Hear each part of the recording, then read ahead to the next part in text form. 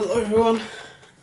I am full of a cold today, so I'm going to try my best to speak properly, but when I have a cold it goes onto my lungs every single time, so with a bit of luck I won't mumble. And I'm recording during the day so I can talk a bit louder because both next doors are at work. Right, this week's video, what I call trash talking video, is about Teal Swan. Now, I came across this lady through two different ways. First one, I was watching videos about body language and people that analyse body language and stuff, and one of them covered her and covered her testimony on the alleged abuse she suffered at the hands of a satanic cult or a satanic group. And it was shortly after that that I also realised she had a YouTube channel, and I couldn't watch any of her videos. And I also watched a couple of videos that were about her, and they have some interesting things to say. Also, I've noticed a few things as well, so I'm going to mention them as well. I'm going to also point out by saying at the beginning, I am a spiritual person, I'm pagan. However, that'll come into play in a minute. One thing I did notice was that she uses big long words to say something relatively benign, relatively simple, and I think it was something to do with the negativity and how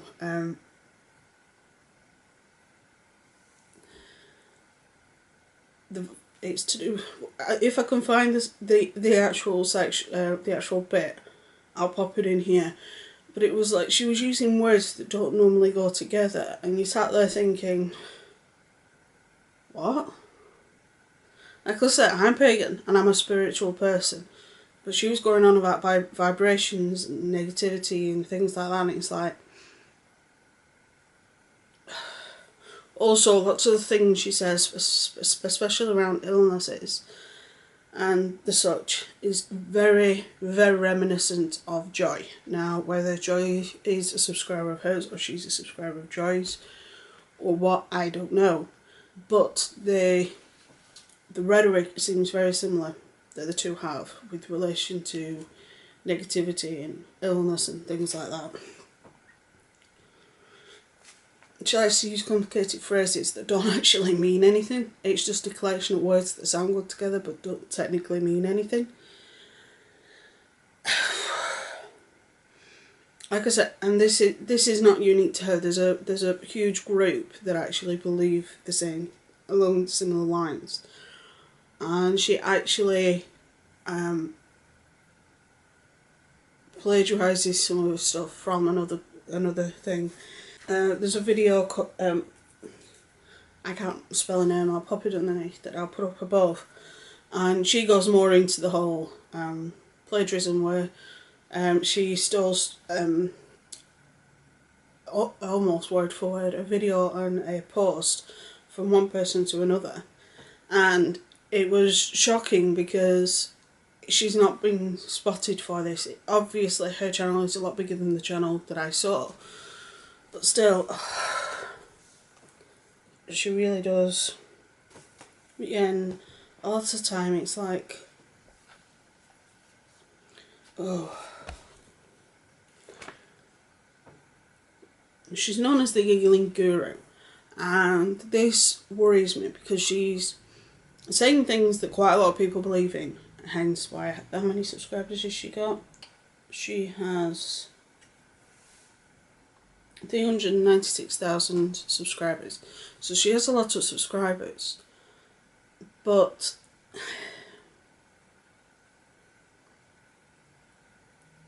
she's constantly giggling in her videos, and if she actually took what she was saying seriously, she won't be giggling. A lot of people call her the giggling guru because that's what she's known as, But to me, that comes across as disingenuous. If you're telling somebody something that you believe in, and you're telling that person, this is what I believe in, this is what I subscribe to, you would be serious like I'm being now. You wouldn't be saying some words and then giggling. That to me makes it sound like she doesn't believe a word she's saying. It also, this also relates to her behaviour about her past. Now, her backstory is that for a long time she was in a satanic group, cult, and she couldn't leave, etc. And a lot of the stories surrounding that don't make sense. And then there's the story about how she left. That doesn't make sense because she can't keep it straight. And when she's talking about it, the way she's acting and the way people who have been through that react and act is completely different. When you are abused, whether it's in a satanic environment or not, you react one of two ways. The first way is you essentially fall in on yourself, where you don't want to talk about it.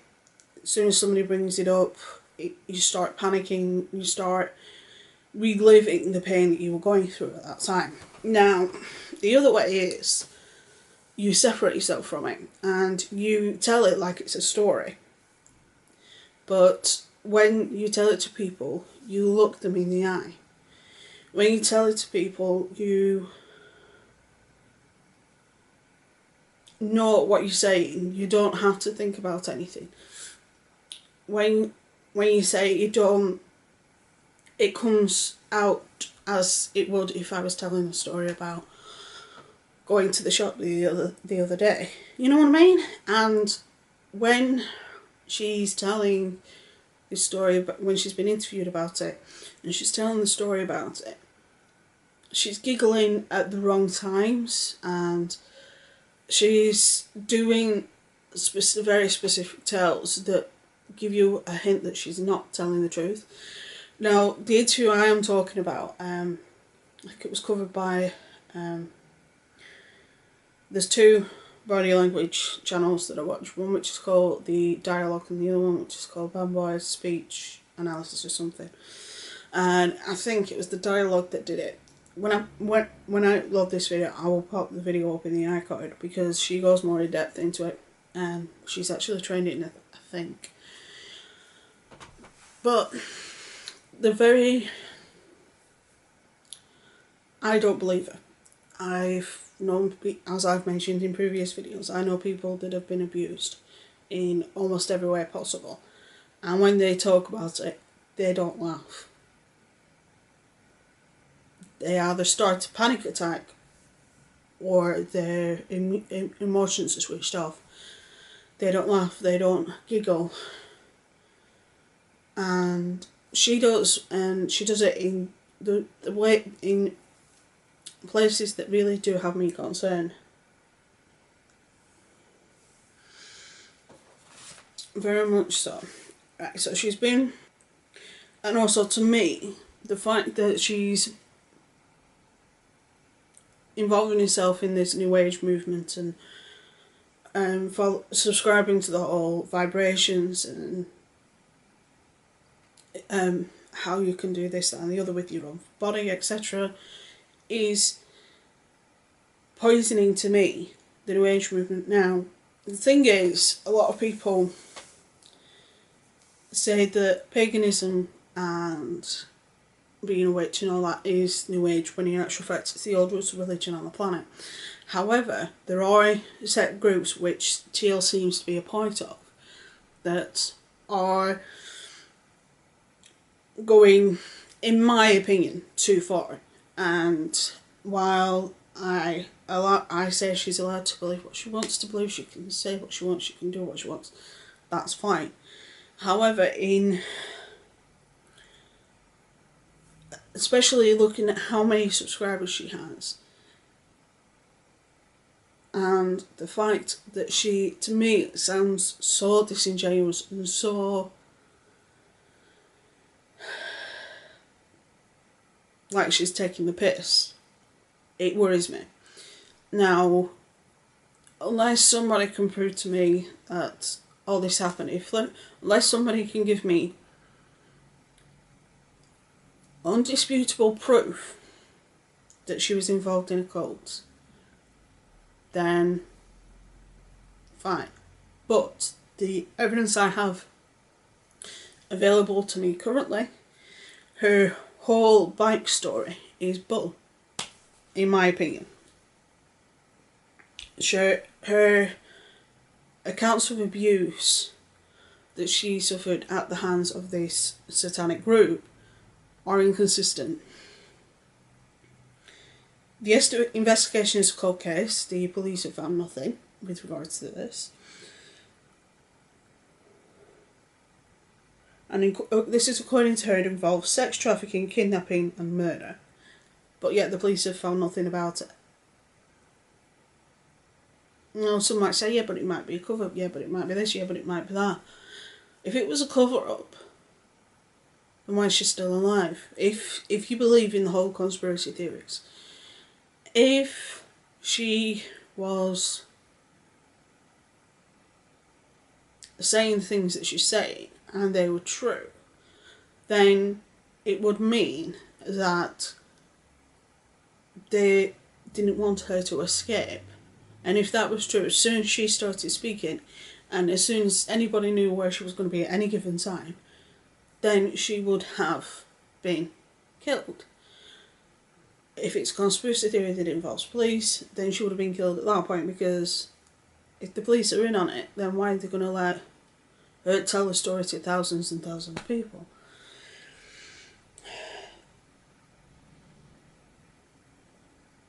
No hint of the FBI involved. Usually when it comes to something of this magnitude, according to what she says, the FBI would get involved.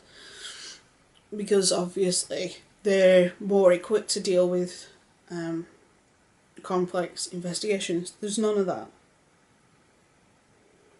And if what she says is true, then they should be involved.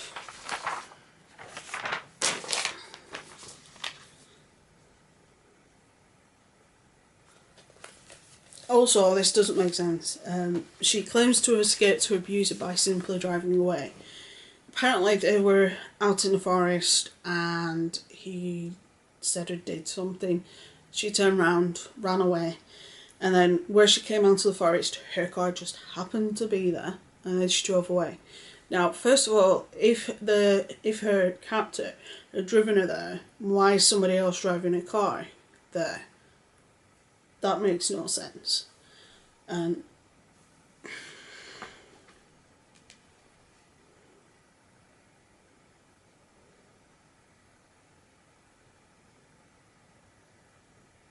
she also said that her abuser had somebody drive the car to the outside of the forest where she happened to come out of the forest. And none of it makes sense. There's also inconsistencies with the number of people that were killed. First she said 5 were killed by her abuser, and then a further 7 were killed by the group in one statement. And then in a poem called Hands, she said her abuser killed 7, not 5.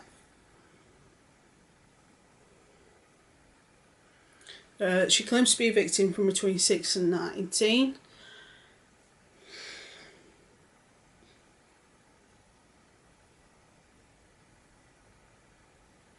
And apparently she was punished severely for taking a trip to Alaska at 18. She lived in 8 countries by the time she was by the age of 20. She claims to be a spiritual teacher, which uses other people's methods. She uses big, long, complicated words to make others think that she knows what she's talking about when she doesn't. 2 of the stories about her escape at 18.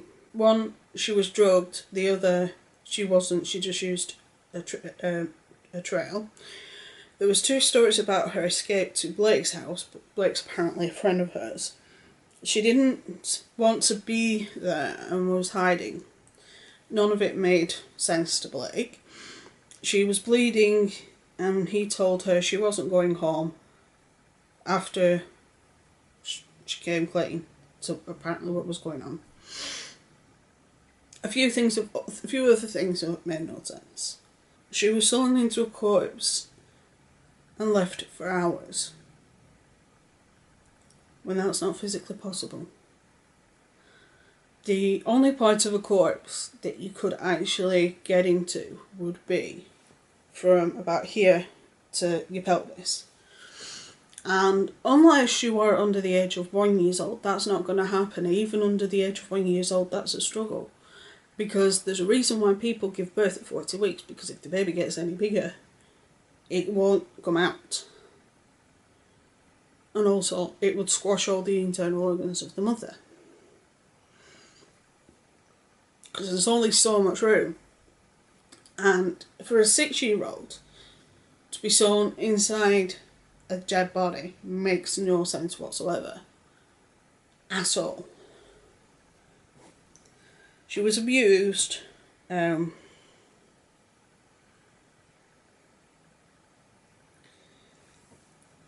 She claimed to be abused, but she also there's also speculation that somebody overheard her saying that she was jealous and competitive with a published survivor of abuse, Elizabeth Smart. She's the one who was kidnapped from her family home and abused for, I can't remember how long it was. And her family literally hunted for her and eventually found her. And apparently she's quite jealous of the amount of money and amount of recognition that Elizabeth's got. The only problem is, every single thing that Elizabeth went through can be proved. Every single thing that happened to Elizabeth can be proved. Her sister was in the room when she was kidnapped. Her abuser is currently in prison, as far as I'm aware. The rape and the abuse had life signs on her body that were then seen when she was discovered.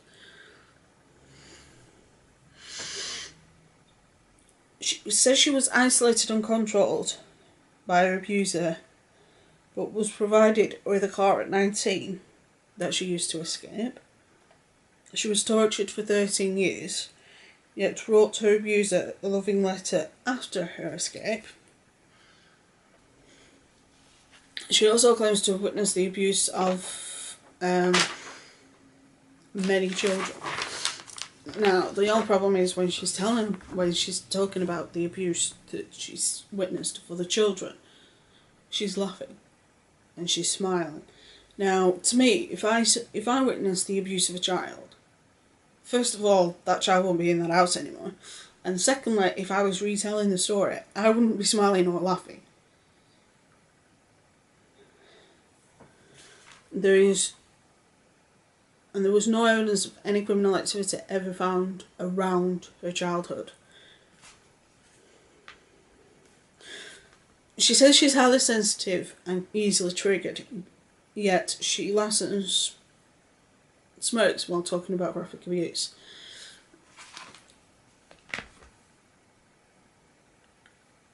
I've watched interviews with people that have been abused. I know people that have been abused. And if they even mention it, I can see their body language change. If anybody mentions anything to do with it, I instantly see them change. Where they get very defensive, they get very solemn, they can't laugh, they can't smile, they can't put on a false face, or anything like that. They just literally fall in on themselves.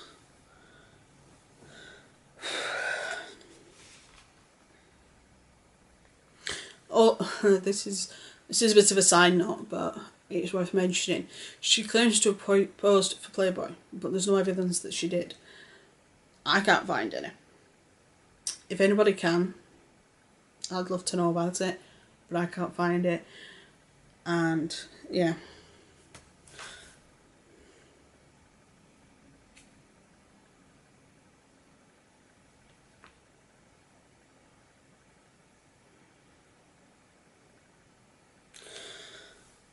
She uses her videos to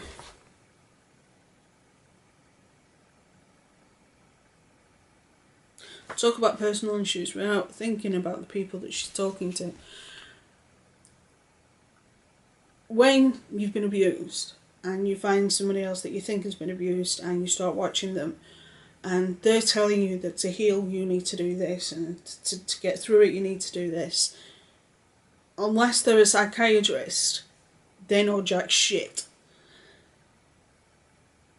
The people in my life that have been abused have all ended up being around having to see a psychiatrist to deal with it, and they have gone through years and years of mental retraining to get through it. And it's only really a psychiatrist that can actually help. I'm all for having crystals. I have them all over my house. I'm all for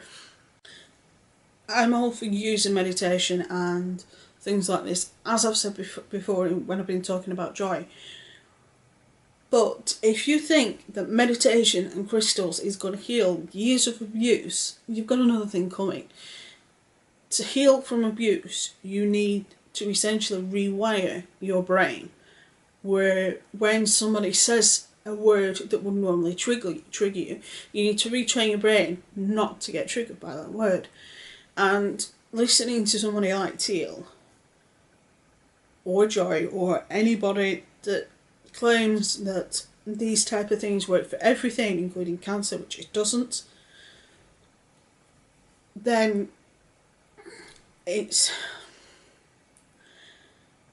one of those things that I say people are allowed to believe what they want to believe in, but once it starts affecting either your mental or physical health, then you need to reevaluate.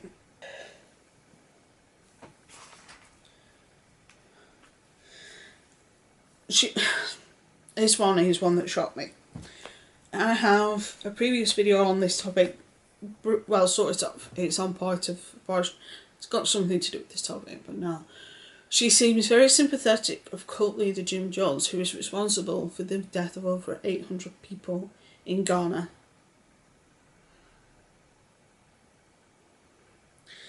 Jim Jones was the leader of Jonestown. That was a cult that started in mainland US, and because they were getting pushback and because people were trying to pull the family out and people were worried about family members that were in the cult, they moved to a remote area in Ghana, in South America. And after the arrival of a senator who actually died because of all this, he triggered what he calls revolutionary suicide, where basically people who were part of the cult were forced to kill themselves by ingesting cyanide-laced Kool-Aid. And if they didn't, then they were injected with cyanide. It's where the saying, drinking the Kool-Aid, comes from. Now, like I said, this guy is responsible. He died himself. He shot, either him or one of his nurses shot him in the head. And for her to say this about Jim Jones, do not believe for a second that Jim Jones thought that he was harming people. From his perspective, he thought he was helping people. He was convinced that life on the other side of death would be the only way they could be free. Well,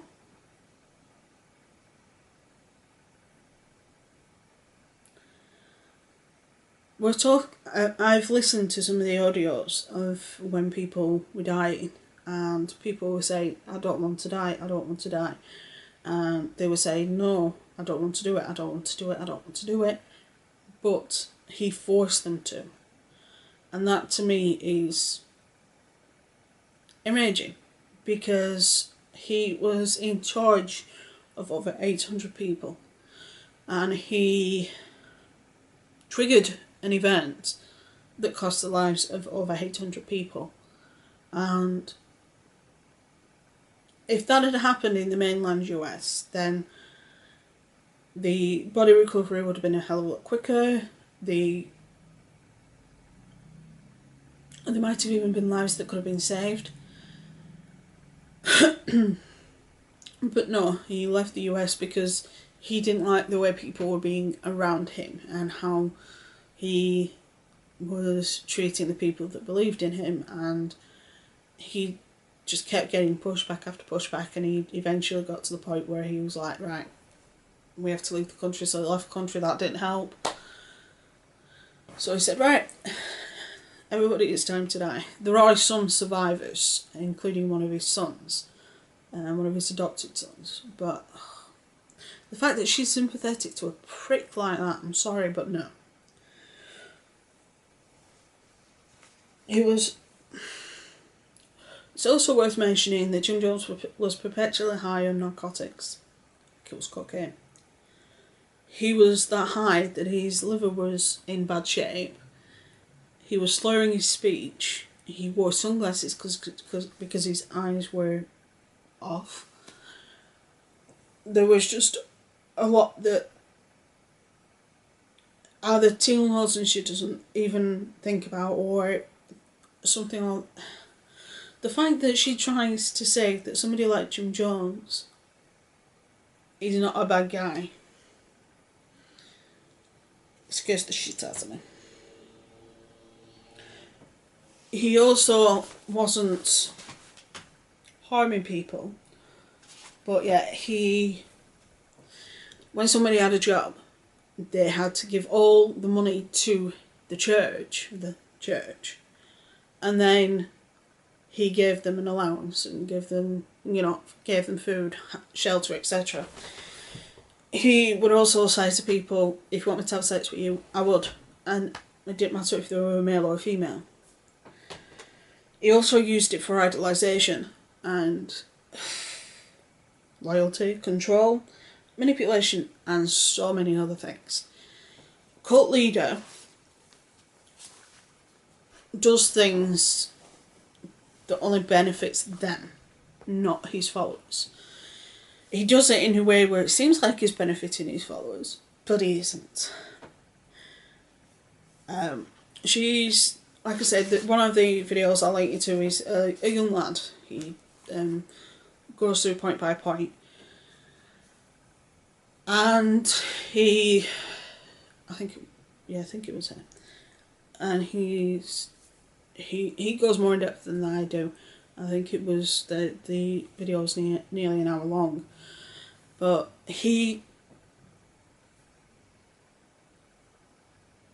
oh no, it wasn't him, it was the other lass who I mentioned at the beginning, who actually accused Teal Swan of stealing. Her video is quite comprehensive and it actually shows examples. Now, in conclusion, she has dangerous views on murder and suicide, where she doesn't see them as a crime, or she doesn't see them as that bad, etc. She's very, in my opinion, untrustworthy. Unsubstantiated claims of ritualistic satanic abuse. There is no evidence to prove that she ever did go through that.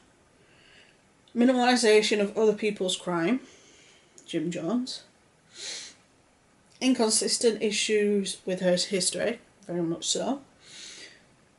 Strange behaviour, yeah. Poisoning people's view of anything New Age. And uses people. Uses big words to make people believe she thinks she knows what she's talking about. I don't trust her. I don't like her. Like I say, I'm pagan, and I do believe that crystals can help. I do believe meditation can help, but I don't believe that it can heal everything. The same as I say with joy. At the end of the day, what is now known as medical science wasn't always known by medical science. It was known by other things originally. Now, there are certain things in everyday life that can help with certain illnesses. I agree with that. However, the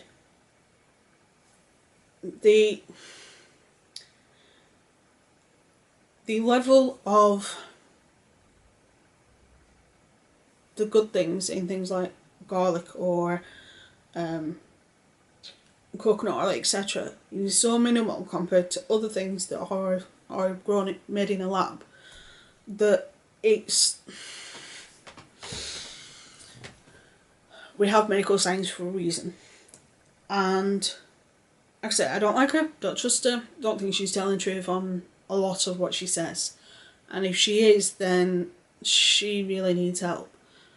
To say that Jim Jones isn't that bad,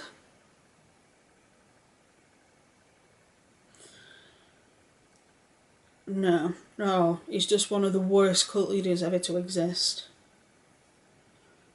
I have a question for you as well, before I sign off.